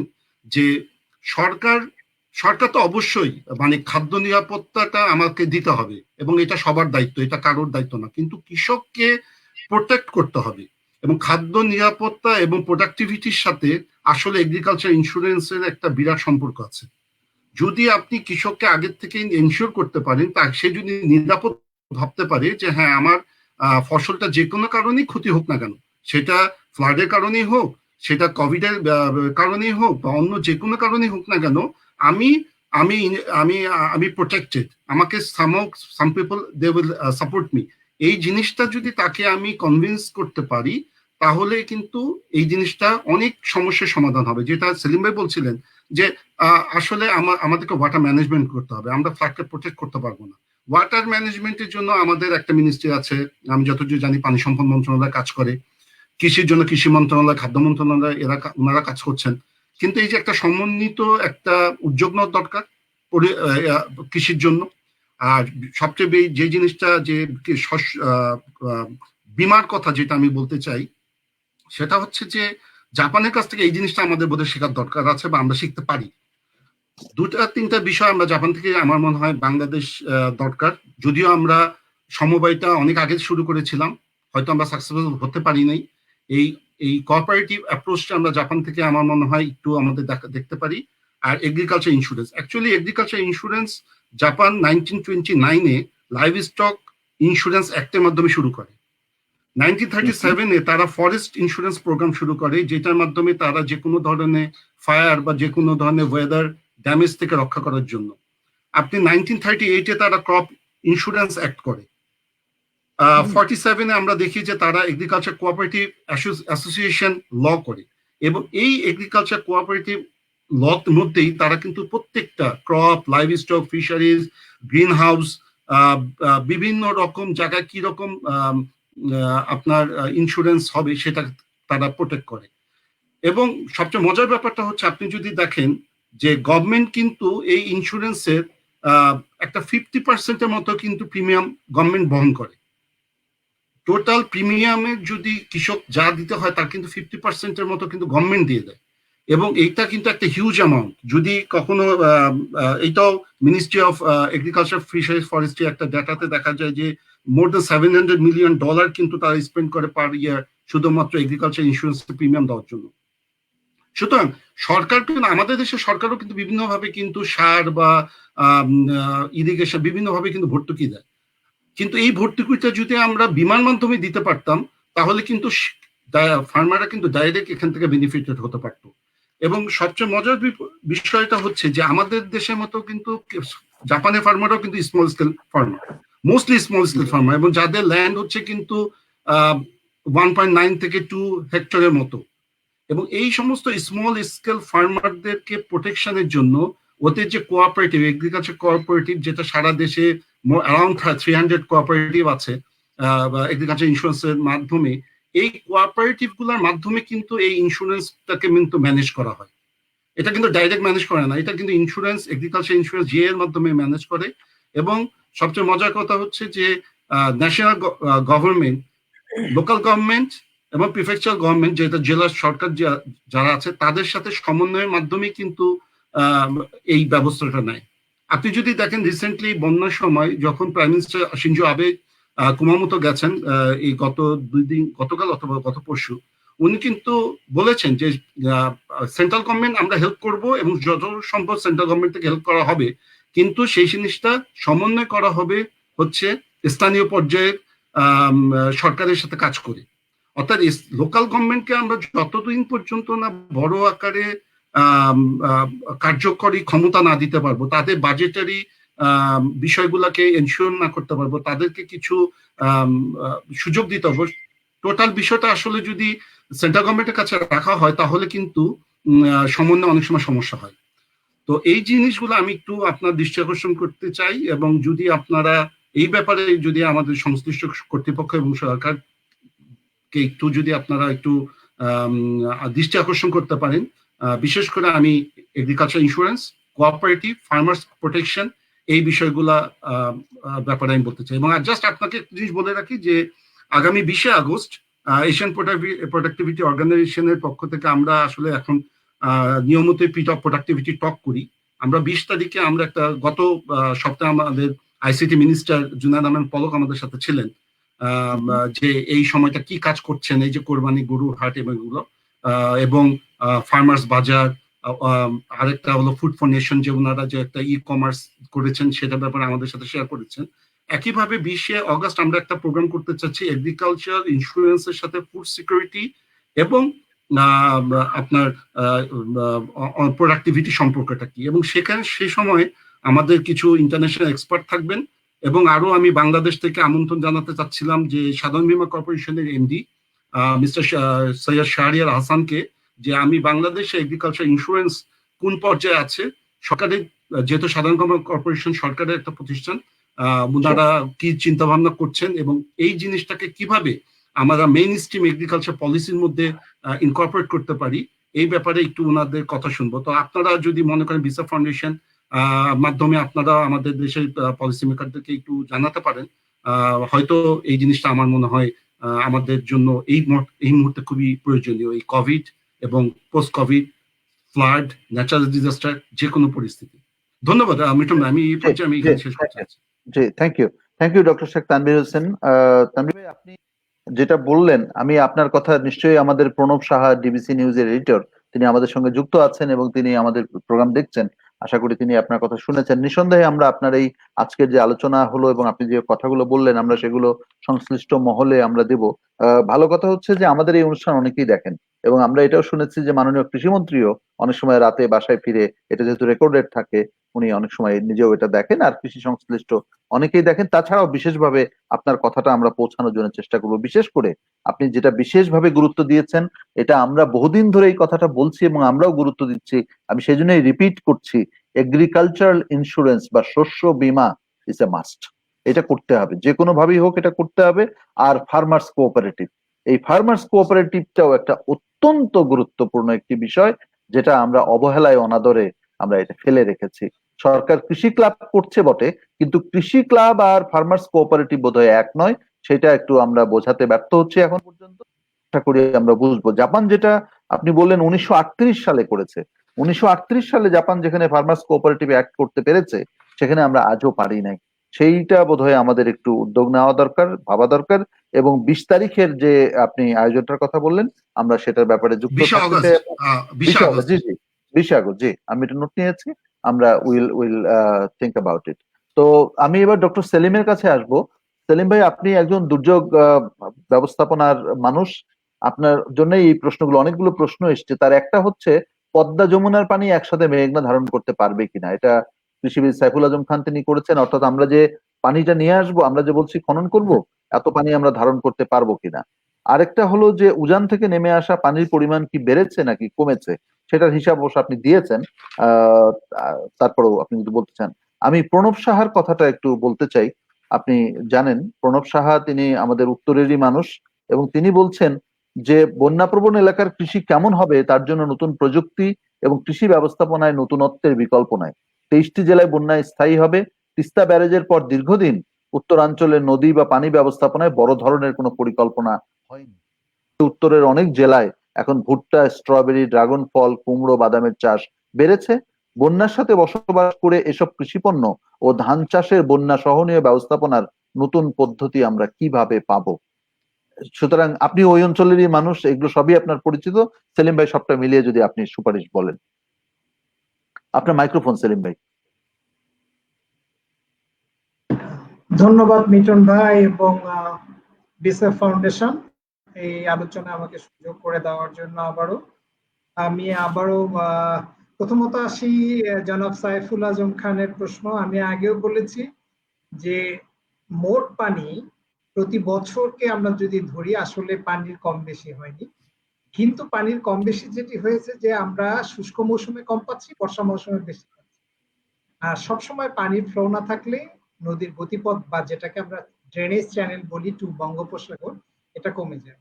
আরেকটি প্রশ্ন হচ্ছে যে পদ্মা এবং মেঘনার পানি যখন মেঘনা দিয়ে যায় দুটো ধারণ করতে পারে, এটা কিন্তু আগে থেকেই এভাবেই আছে যে হ্যাঁ, কিন্তু যে জায়গাটায় গিয়ে মিশছে তারপর থেকে বন্যাটা খুব বেশি ক্ষতিকারক হয় না, কারণ আমাদের এই দুটো ফ্লো গিয়ে যে জায়গাটায় মিশেছে তারপর থেকে বঙ্গোপসাগরের দূরত্ব খুব বেশি দূর নয় এবং বেশি দূর ভূমি সেটা টাচ করে না। কিন্তু মূল যে জায়গাটা আমরা কাজ করছি, যে আমি প্রথমবার যখন আজকের আলোচনায় আসলাম তখন কিন্তু আমি হিসাব করে দিয়েছি কিছু গবেষণা হয়েছে, কিন্তু আমরা গুরুত্ব দিতে চাই কন্টিনিউড, যে গবেষণাটা যেন কন্টিনিউ থাকে এবং গবেষণার সঙ্গে সম্প্রসারণ কর্মীর সঙ্গে যেমন লিঙ্ক থাকে। খুব ভালো প্রশ্ন করেছেন ডিবিসির জনাব প্রণব সাহা। আমাদের দেশে কিন্তু কৃষি প্রযুক্তিটা আমি বলবো অন্য যে কোনো প্রযুক্তির তুলনায় অনেক বেশি। যেমন আপনি যদি মনে করেন যে ভাসমান চাষ পদ্ধতি বলে আমাদের চাষ পদ্ধতি, এটা কিন্তু বন্যা সহনশীল।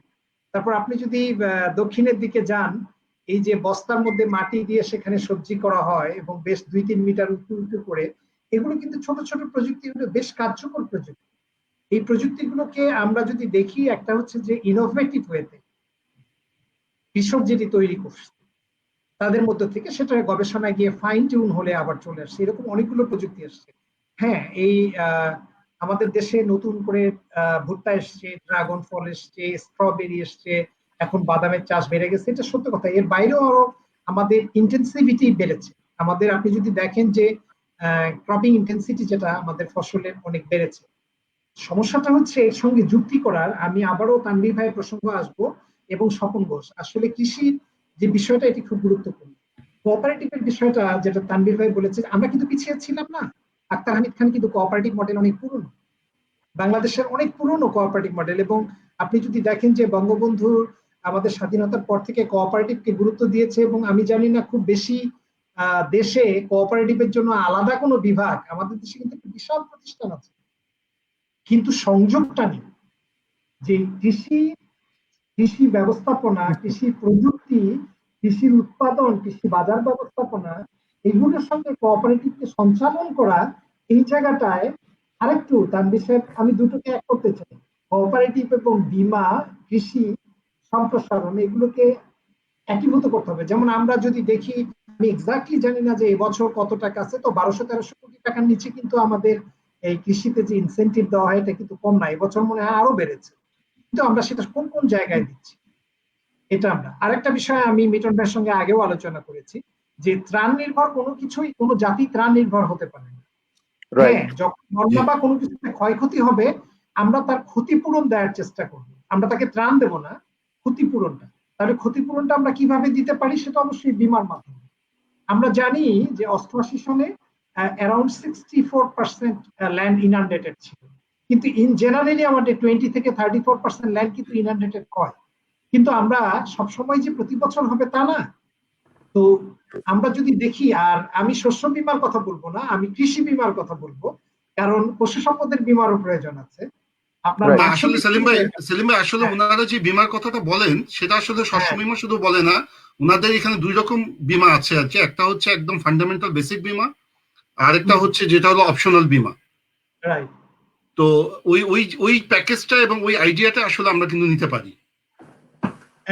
আমি সেটি বলতে চাচ্ছি যে আমাদের সমবায় করতে হবে, কারণ আমাদের তো সমবায় বিভাগ আছে, আমাদের সমবায় ছিল, আছে, আমি নিজেও কৃষি সমিতির সদস্য ছিলাম, কিন্তু এগুলো কানেক্টেড না, এবং এগুলোর সঙ্গে প্রযুক্তি যাচ্ছে না, এগুলোর সঙ্গে ইন্স্যুরেন্সটা যাচ্ছে না, এগুলোর সঙ্গে কৃষি ঋণটা যাচ্ছে না। এবং কৃষি ঋণ নিয়ে আমি একটা কথা বলি, আমি নিজে একটা ব্যক্তিগতভাবে একটা প্রকল্প আমাদের গ্রামে আমি শুরু করেছি। এর মধ্যে সেটি আমি 25 জন কৃষককে বলা যায় যে বিনা সুদে আমি ঋণ দিচ্ছি করোনা উপলক্ষে। আমি বলেছি আমি ত্রাণে বিশ্বাস করি না, জুলাইয়ের পরে ফসল ভিত্তিক, যে এক ফসলের জন্য আমি একটা সার্টেন অ্যামাউন্ট, যে 1 বিঘায় আমি 2500 টাকা দেবো, 2 বিঘায় 5000, 3 বিঘায় 7500। ক্ষুদ্র কৃষক কিন্তু এর চেয়ে বেশি লোন নিচ্ছে না, কিন্তু তারা ঋণটা নিচ্ছে কোথেকে, তারা এনজিও থেকে নিচ্ছে, যেটার কিউমিলিটিভ আকারে তাদের অনেক বেশি দিতে হচ্ছে। কিন্তু আমাদের মেকানিজম গুলো যদি আমরা ডেভেলপ করি, সমবায় এবং সেখানে যদি বীমা যোগ করে দিয়ে, বীমার যে ইনসেন্টিভটা এগুলো যোগ দিয়ে, আমাদের যদি ব্যাংক গুলোকে বা আমাদের যে মাইক্রো ক্রেডিটের যে অর্গানাইজেশন গুলো পিকেএসএফ এর আন্ডারে কাজ করে, তার মাধ্যমে যদি আমরা কৃষকদেরকে ট্রেডিশনাল মাইক্রো ক্রেডিট না দিয়ে বিশেষ ঋণ দেই, যে তারা শুধুমাত্র সার্ভিস চার্জ, সিজন ভিত্তিক, যদি কৃষির 3 ফসল করে তাহলে 3, যেখানে 4 ফসল করবে সেখানে 4টা, এই বিঘায় এতটা নেই, তারা খুব সহজ ভাবে। আপনি যদি দেখেন রাষ্ট্রীয় সেবাগুলো হতে হবে সহজলভ্য। কৃষক যেন মনে করে তার আইডি কার্ড নিয়ে গেলে একটা জমির ছবি দিয়ে দিলেই সে যেন লোনটা নিতে পারে, তাকে আর বেশি জটিলতা ব্যাংক থেকে যেন না করা হয়। তার মানে অর্থটা দাঁড়াচ্ছে কৃষককে কত সহজভাবে ওয়ান স্টপ সার্ভিসের মাধ্যমে আপনি শুধু সার্ভিস চার্জ 2 বা 3 বা 4% দিয়ে তাকে 2500 বা 5000 বা 7500 টাকা লোন দিবেন। আমি কিন্তু এটা শুরু করেছি, আমি দেখতে পাচ্ছি যে এটা কতটুকু ইফেক্টিভ হয় এটি।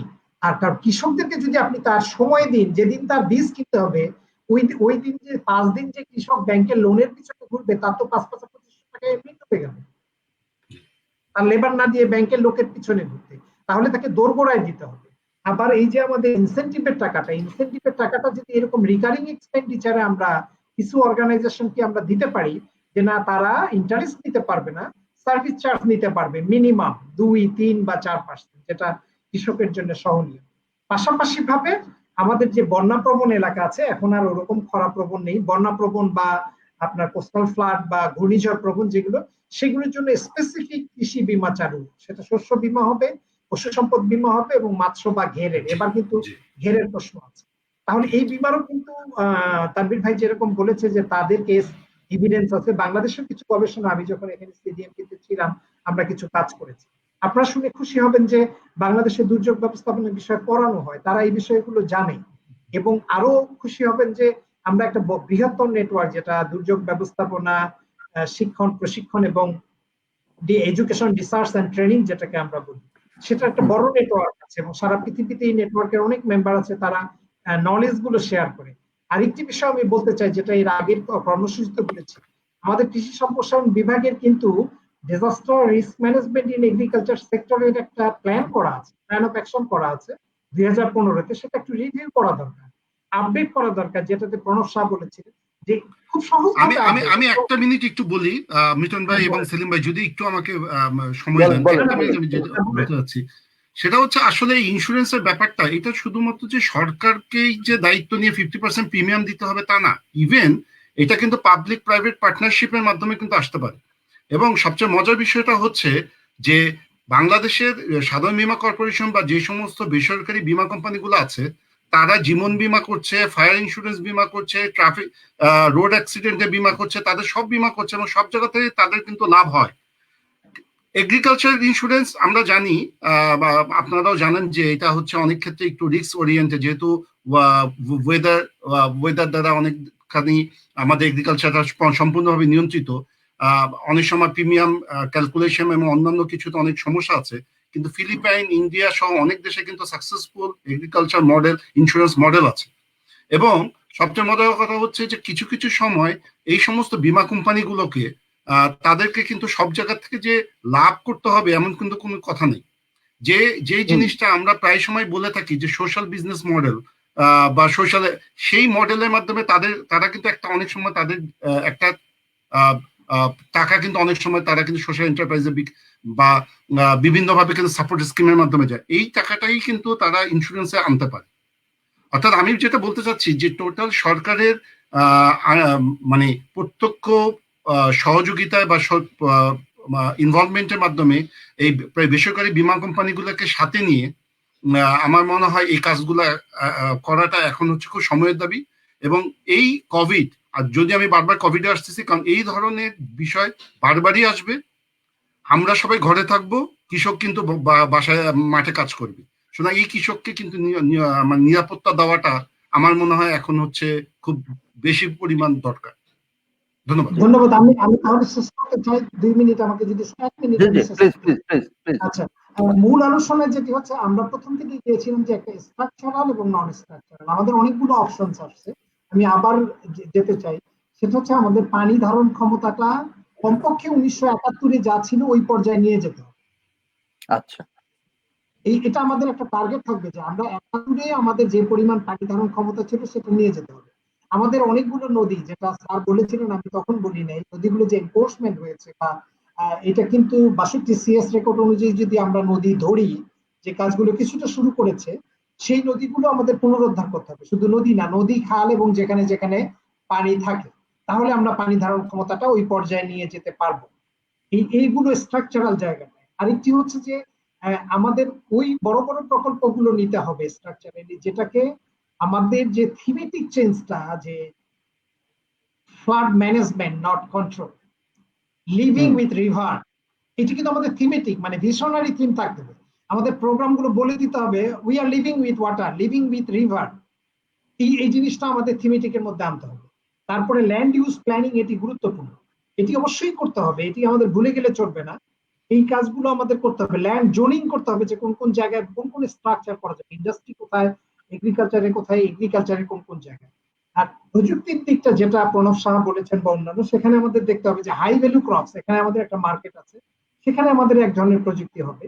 বীমা, কোঅপারেটিভ এবং ইনসেন্টিভ, তিনটাকে নিয়ে কাজ করতে হবে। এর সঙ্গে আমি আরেকটু যোগ করতে চাই, তানভীর ভাই যেটি বলেছে, সেটা হচ্ছে ফির কথা, কিন্তু আমি আরো একটু বলতে চাই, কর্পোরেট সোশ্যাল রেসপন্সিবিলিটি থেকেও কিন্তু ব্যাংকগুলো কিছু টাকা দিতে জি, পারে কৃষিতে। জি, সেটা পিপিপি হোক বা যেভাবে। যেভাবে তবে সিএসআর এর মাধ্যমে। সিএসআর এর মাধ্যমে কিন্তু এখানেও কিন্তু মাননীয় কৃষিমন্ত্রী বা সরকারের নেক নজর থাকতে হবে। জি, মানে সরকার যদি ব্যাংকগুলোকে বলে যে আপনি সিএসআর এর 20% কৃষির জন্য দিবেন, জি, আপনি পিপিপি ট্রাই করবেন সেখানে 20% কৃষির প্রজেক্ট যেন থাকে, জি, আপনি যত টাকা ব্যাংকের লোন দিবেন তার যেন 20% কৃষির জন্য থাকে। আমরা যেটাকে বলি কোটা সিস্টেম, আমরা যেরকম বিশ্ববিদ্যালয়গুলোতে যে জাতি গোষ্ঠী আমরা আগে তাদের সমান ছিল না, তাদের জন্য স্পেশাল কোটা দিয়েছি, এখন সময় এসেছে কৃষকদেরকে রক্ষার জন্য সব জায়গায় কোটা সিস্টেম চালু করা। যত ধরনের সহযোগিতা আছে, ইনসেন্টিভ বলি বা সরকারি সহযোগিতা, সিএসআর, পিপিপি, সেখানে কৃষকদের জন্য ডেডিকেটেড কিছু রাখতে হবে। আর প্রযুক্তির জন্য যে কাজটি আমি বলবো যে প্রযুক্তি বাংলাদেশে গবেষণা, কৃষি গবেষণা অনেক ভালো কাজ করছে।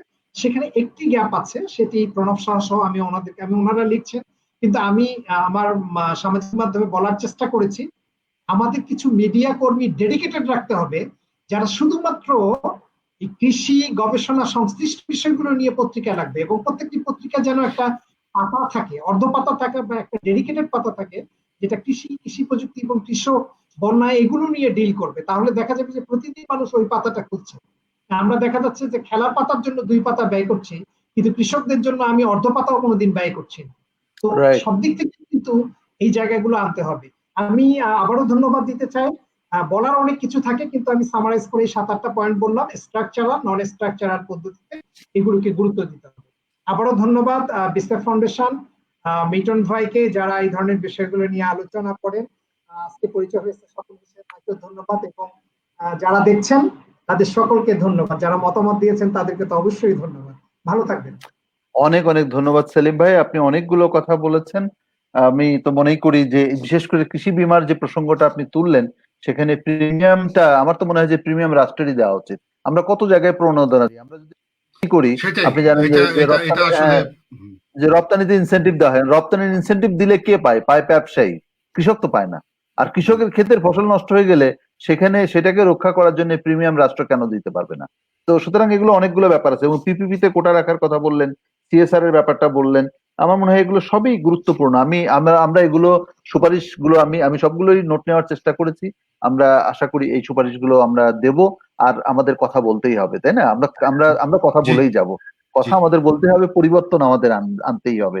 ডক্টর স্বপন ঘোষ, আপনার লাস্ট মিনিট কিছু বলার আছে কিনা জাপানের প্রেক্ষিতে? আপনি শুনলেন জাপানের অনেকগুলো উদাহরণ এসছে। রাইট, আসলে ওইসব তথ্যের সাথে আমি খুব একটা পরিচিত নই। তো ওনারা যেটা বলেছেন সেটা বাংলাদেশে কিভাবে কাজে লাগানো যায়। সবচেয়ে গুরুত্বপূর্ণ হলো যে কৃষি বীমা।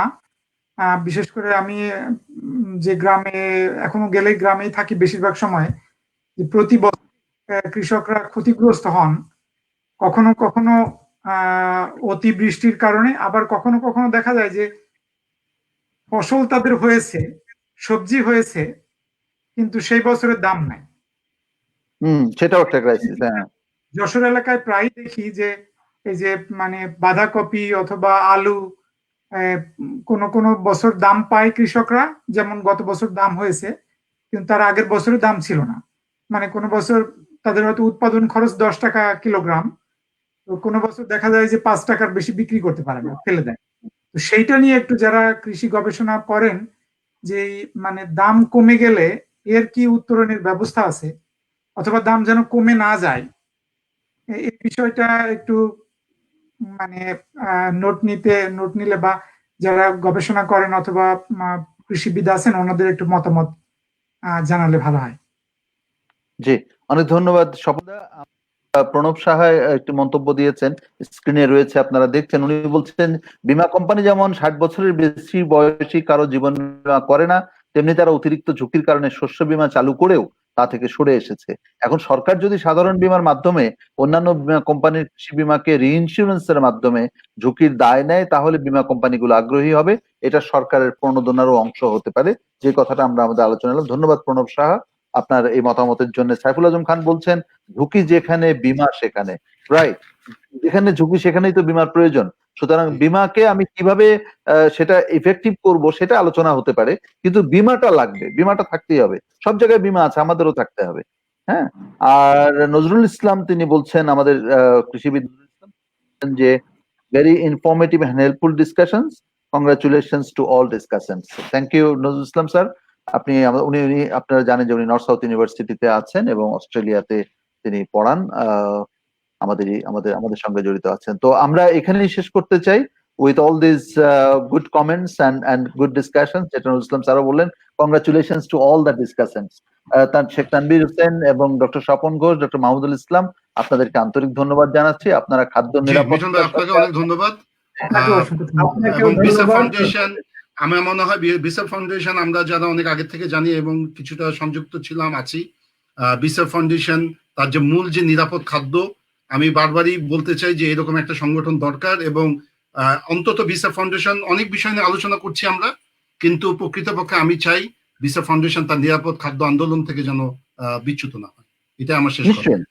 জি জি, সেটাই আমাদের মূল কথা, মূল ফোকাস। অনেক ধন্যবাদ, ভালো থাকবেন সকলে। দর্শক মণ্ডলী আপনারাও ভালো থাকবেন, আপনাদের সঙ্গে আবার দেখা হবে আগামীকাল। জি, বিদায়। আসসালামু আলাইকুম। অসংখ্য ধন্যবাদ।